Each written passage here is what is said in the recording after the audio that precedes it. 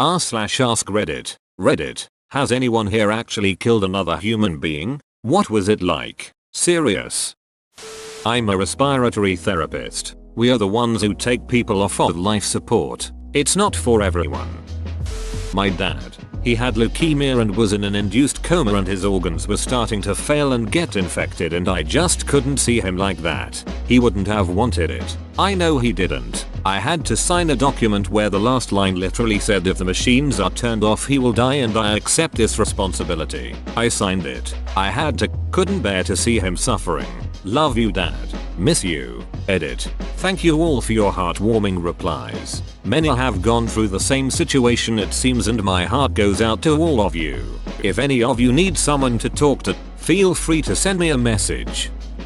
I killed my dad. Indirectly, when I was 20, 25 now, me and my dad got in an argument. He was having issues with abusing Oxycontin and battled anxiety and depression. In the argument I told him why don't you just go take some pills. You aren't such a dong when you on them. Well he took them. A lot more than he should have. And I didn't know. I came home from work, went to wake him up for dinner, and he was cold and had vomit in his mouth. You better believe I blame myself for that. This breaks my heart. I'm so sorry. To make it worse, my sister has straight up told me it was my fault several times. It's only when she gets pissed at me. So I know she doesn't actually mean it, and only says it because she knows it's a soft spot for me but it still kills me. Your sister sound mean. I ran over someone with my car. I was with my family going Christmas shopping when I was 16. I was driving. We were on the interstate in a pretty high traffic area. I remember seeing someone fall from the car next to us. I'll never forget the thud the car made as we hit another person at 70+ miles per hour. As it turns out, he had actually stepped in front of another car and they knocked him into my lane. Not that it really makes a difference, but he was probably already gone before I hit him. Not the ideal Christmas shopping experience. Edit. It happened in Huntsville, about 9 years ago. That's too heavy for a 16-year-old. I'm sorry that happened to you.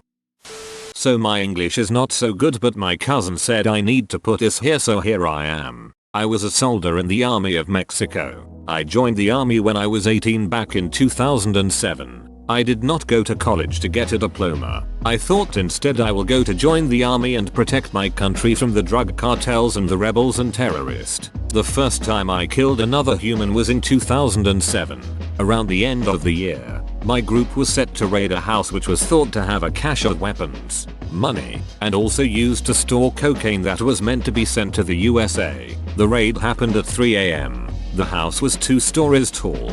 We breached through multiple places. I don't think they expected us because they had guns but they did not respond too fast to us when we hit them. The guy I killed was no more than 15 years old. That mess with my head still. I killed a child. The last kill I recall before I left. He was my friend. But he was a traitor. He was telling the cartels when we were coming. He was telling them what we know about them.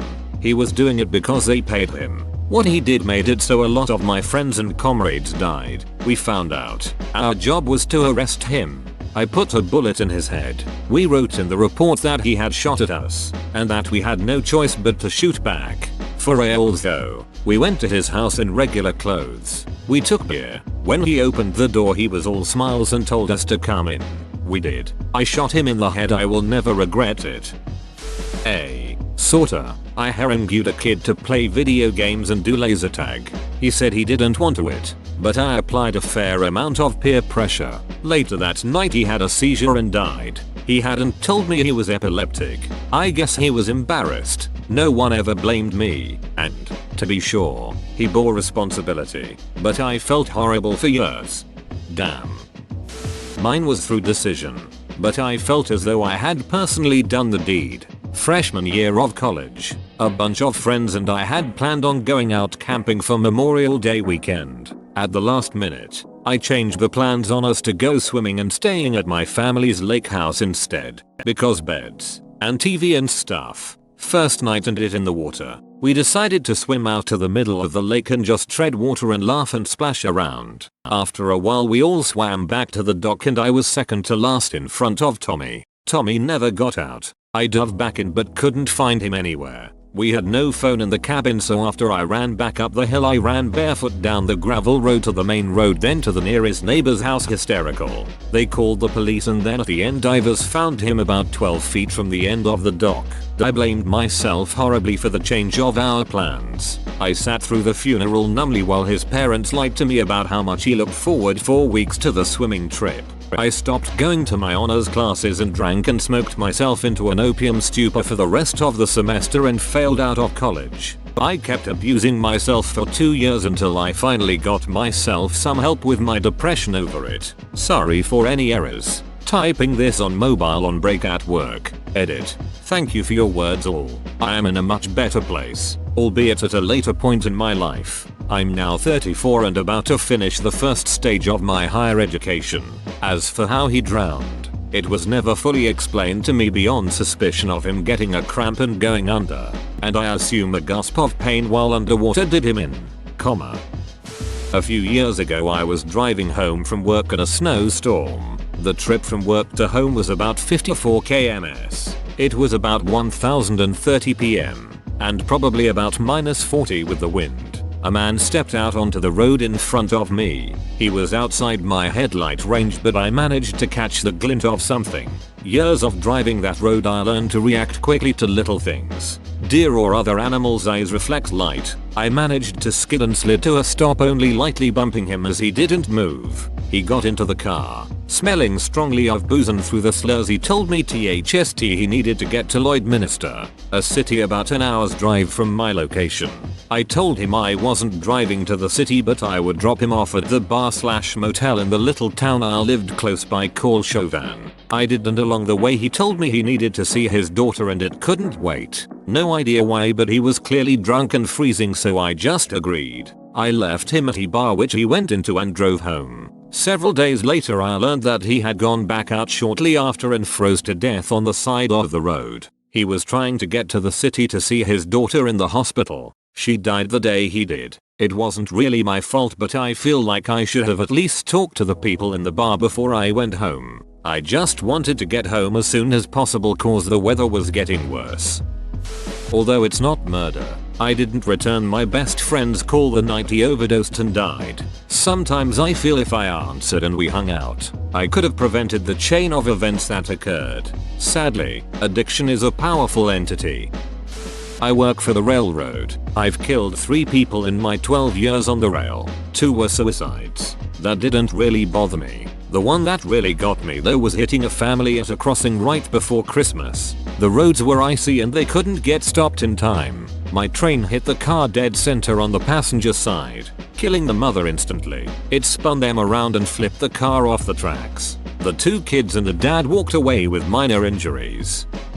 I'm a little late to this, but really just have to get this off my chest. Don't really have anyone to talk to this about. This August I was involved in a car accident where a pedestrian ran out in front of my car and died. It is honestly one of the most devastating things that has happened to me. There are things about that night that I will never forget, like the sound of my car impacting with him, or just all the glass that was everywhere. I will forever remember that man's name and that on the 8th of August at 9:29 p.m. I killed him. The worst part about it is the first time you remember every day that you were responsible for another person's death, your heart just sinks down into your stomach. People try and tell me that it was not my fault and I did everything I could, but that doesn't help me at all. All I think about is if I wasn't driving he would still be alive. I'm also really paranoid about people crossing the street not at a crosswalk. Every time I see it I have like a little mini panic attack inside my brain. So yeah, basically it sucks. It sucks a lot, and it's something that you will never forget. My cousin killed herself a few years ago by stepping out in front of a car on the highway. And it may sound weird, but I can't help but think about where the girl that hit her is now and how they were affected by it. It always makes me think about how one day can change your entire life. Not sure if you're counting war. If not, disregard. At the time when it happened I was overcome with mixed emotions. I was happy because I was part of the club. The first group of people my team killed were an Iraqi mortar team and they were actively shelling the base I lived on, which was the same base my brother was on. So the incentive to kill them was absolutely present. It didn't really start to process until maybe 5 months later. I started to sit around smoking my hookah and thinking about that day, remembering what they looked like when I was staring down at their contorted faces with their brains hanging out, holes in their neck, dried blood everywhere, then thinking of what they looked like on their pictures. It was very hard for me to process because we had lost so many people. I felt split between satisfaction in knowing I put a huge dent in their manpower and ability to attack us, but at the same time I kept thinking about how everyone there came from a family, had a mother, and was at one point a helpless child who just wanted to live and find its place in the world. I had just had my first son while I was deployed, if you can't tell by all the emotion-y stuff. During this time in my life I was also absolutely convinced I was going to die there, so I spent every downtime I had sitting around contemplating what it will be like when I'm no longer self-aware because I don't exist, what it will be like to not know I'm here, have no emotions, just gone. The thought that I scratched someone off from existence into oblivion is the hardest part. EDT. Oh Jesus. I took the day off from Reddit to deal with some personal stuff and I come back to this incredible feedback and gold. Thank you, kind stranger. I love you all.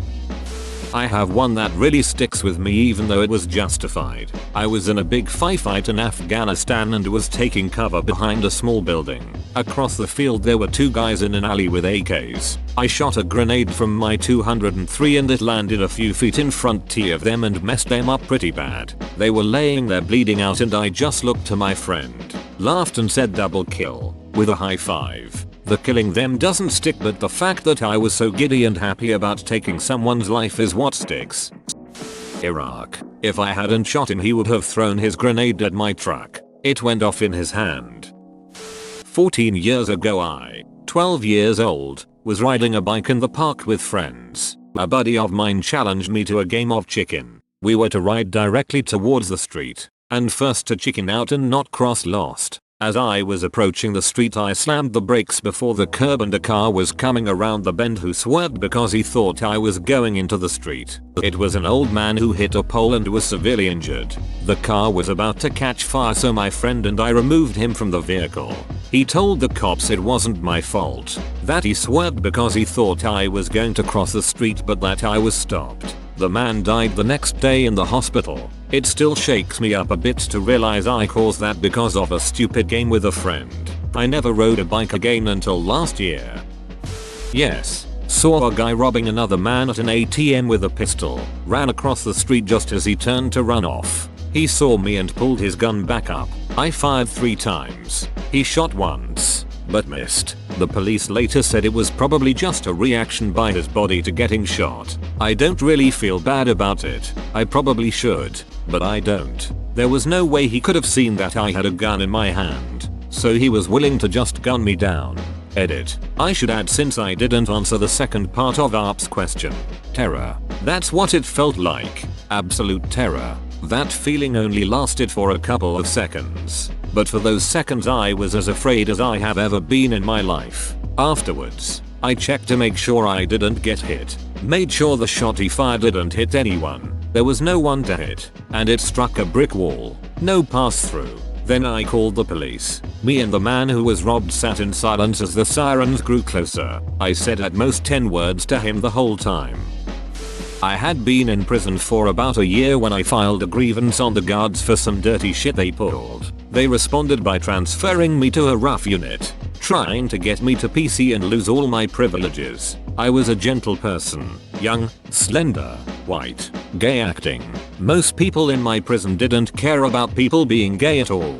One big nasty white guy kept harassing me. He catcalled me even before I moved over to his unit, and the first couple of days after I moved over he started yelling insults at me as we came back in the unit from chow. All I wanted to do was talk trash back to him, but I didn't grow up talking rough. I yelled something like, "Shut up, George. You ain't nothing but a punk beach anyway," or something like that. I yelled it in front of all his friends and they said, "All like a bunch of kids in high school. Prison is like high school." George came to fight me that night. He just knocked on my cell door and said that he had no choice. Since I had called him out like that, I was scared to death. But there was nothing I could do to avoid a beating. Dude was really big, but also kind of old and out of shape. I did okay at first, dodging him, trying to run around on the tear in front of my cell, trying to get him winded, but he caught me and dragged me into my cell and threw me on the floor. He got on top of me and started punching me in the face with one hand and holding my throat with his other hand. The punches didn't really hurt, but I couldn't breathe. Somehow I bucked him off and slammed his head into the metal bunk. I squirmed out from under him and ran out. He didn't follow. I tried to catch my breath and cautiously looked back in the cell. He was laying on the floor, writhing around. When I came in closer I saw his eyes were open, but he was just looking at the wall, slack-jawed. I figured I had knocked him out and I was happy. Then he had a seizure. He flopped around violently and froth started coming out of his mouth. There were people standing around, but no one knew what to do. I ran down and asked for an emergency medical response. Some screws and nurses came and took him downstairs on a stretcher. An ambulance came. Lights and sirens blazing on the way in, but quiet on the way out. It was pretty obvious what had happened. He had red swollen knuckles and I had a fat lip and black eye. I was put in the hole for a month, but investigations found me not guilty and the state didn't press charges or even come talk to me. I'd like to say that people respected me more after that, but no they didn't. I got beat up a couple more times before I got in with a clique. People respected the fact that I had taken a beating and not told on the person. Prison is a weird society. Never filed a grievance again. R.I.P. George. You were a big dumbass, but you didn't deserve to die like that. Edit. I was in for a probation violation. My original charge was vandalism. Then I got violated for driving without a license, shoplifting and some dirty P tests. Don't judge me. I had issues. Doing better now. I was 13 and home alone with my little sister and heard glass breaking at the back door. Then the knob rattling. Then the door squeaking. I got my sister and we ran into my dad's office. I grabbed his rifle from the shelf and told her to hide under the desk. I stood in front of her and aimed the gun at the hallway. I heard footsteps coming this way and a man I didn't recognize came around the corner. I pulled the trigger and everything that happened next is still a blur. Apparently I kept shooting until the magazine was empty, hitting the intruder 22 times. He had multiple warrants out for his arrest for drugs, beating his girlfriend, and a string of convenience store robberies. I lost a lot of sleep worrying it would happen again. And I still go into panic mode if I hear a suspicious noise. I absolutely cannot relax or go back to sleep until I search the house. You may have saved your little sister and even yourself. Who knows how ducked in the head that guy was. Army combat medic, Afghanistan vet. I was in firefights over the course of the deployment but most of time we were at range. One day though, a dude from another village ratted out his neighbor. The dude's neighbor and his two sons had a weapon cache under his house for fighters to use when they crossed the border from Pakistan. So we went up one evening to bust his ass and get it taken care of. Well, we went up and the Terp and PL are shaking this dude down while we check the house. My TL spots a small door that gotta be our basement storage area we are looking for. So we try and nonchalantly head over and the dude sees us and flips, starts yelling and carrying on and immediately the Terp tackles him.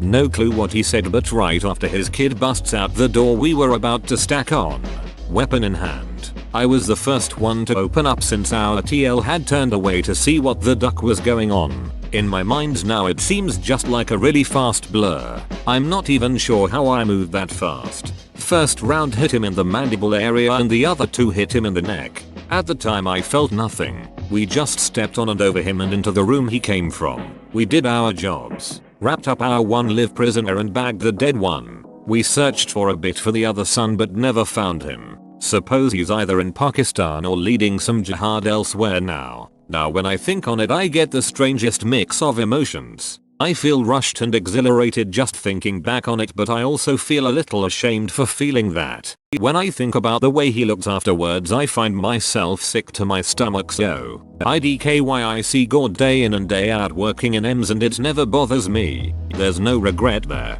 I've searched myself long and hard for it. That guy would have killed my guys had I not shot him and I doubt he was the first one I'd killed although he was the first one I confirmed. I'm not really sure how to end this post since there isn't much else to it. Edit. Gold, this is a day I have dreamed of. I can die a happy man now.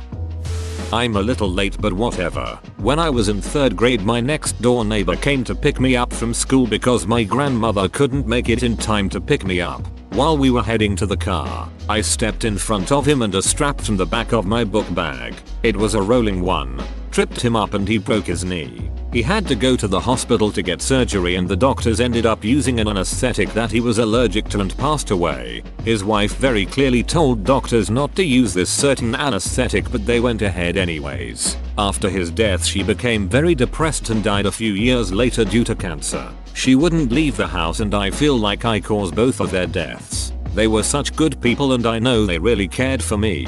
Also his wife could have sued the doctors but she decided not to because she didn't want to ruin the doctor's career. Edit. I really appreciate the comments guys. I rarely ever post but I felt like I needed to let someone know my situation. I really haven't spoken about it at all until now. Thank you. Was on murder jury. Found him guilty and voted for death penalty. Sitting 20 feet away from someone. Looked them, their mothers and their families in the eyes, then told them that he was going to die. They're still on death row even though that was almost 20 years ago.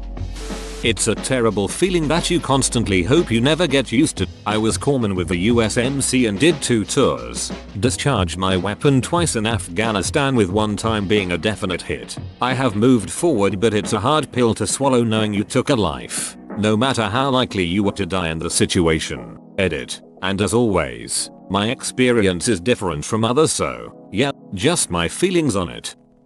I accidentally killed my 13-year-old brother when I was 8 years old. My step-grandfather left a gun, very small, toy-sized, in the backseat of my uncle's car. On the way to dinner with the family I found it and accidentally shot my brother. This was 1 year after my father was fatally killed in a car accident. My father died the night before my brother and sister's 12th birthday. Edit. Thank you so much for the gold and all of the nice comments. I really appreciate it. This has made my day. Thank you all. : There was a thread about this a while back. I did in self-defense when I was 13.